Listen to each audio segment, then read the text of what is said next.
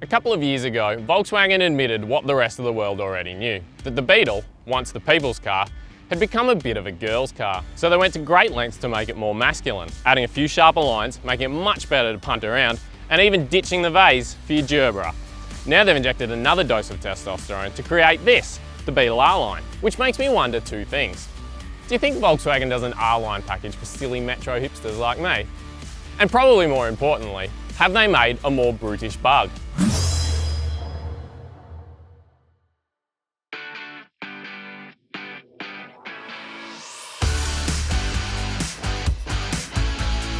So what exactly is this R-Line package all about? Well, we get this sporty front bumper, which gets these sharper lines and new fog lights, which makes it look a bit tougher. We've got these bigger 18-inch alloys and this meatier rear bumper. I'm also digging its fashion sense. Black and white, skinny ties, skinny jeans. It's meant to be. Let's have a look inside.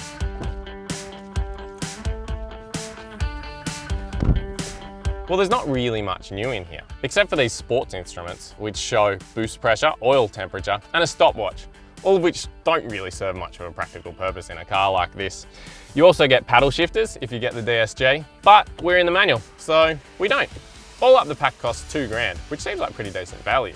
This car also has the Tack Pack, which adds things like electric mirrors, keyless entry, push button start. Gosh, it takes a while. And these really cool LEDs and xenon headlights. If you're looking at that R badge and expecting there to be something special lurking under the bonnet, you're going to be a little disappointed. This one's got the same engine as the regular Beetle, and there's no changes to the suspension either, which means it drives exactly the same. Manly? I'm not so sure. But to find out, we're going to head there. To Manly. Gosh, my dad would be proud of that joke. To see what the people think.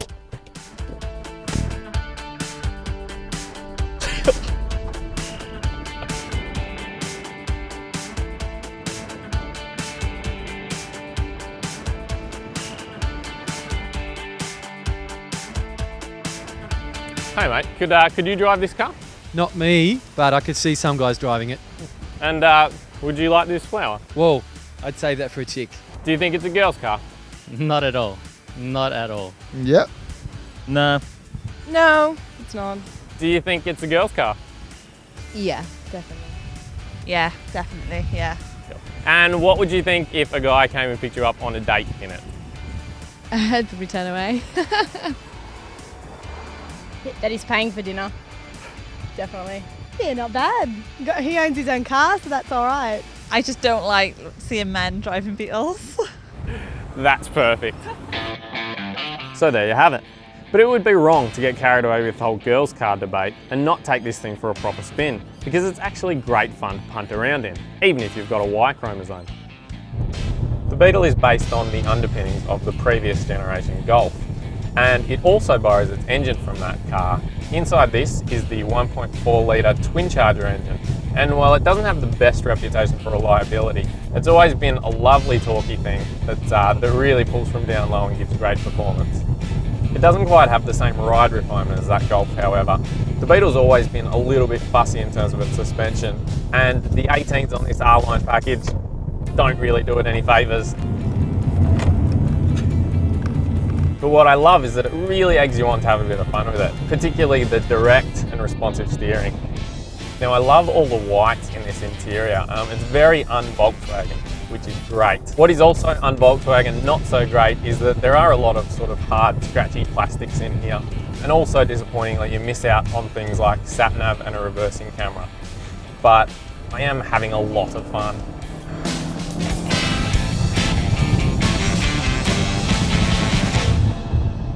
So, a more brutal Beetle?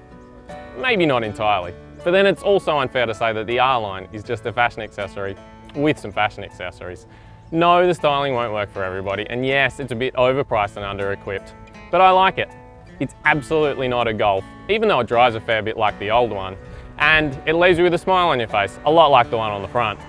Oh, and in answer to my first question, Volkswagen says they sadly can't do an R-Line package for silly metro hipsters. To which I replied, whatevs, I need a soy chai latte and a quinoa salad.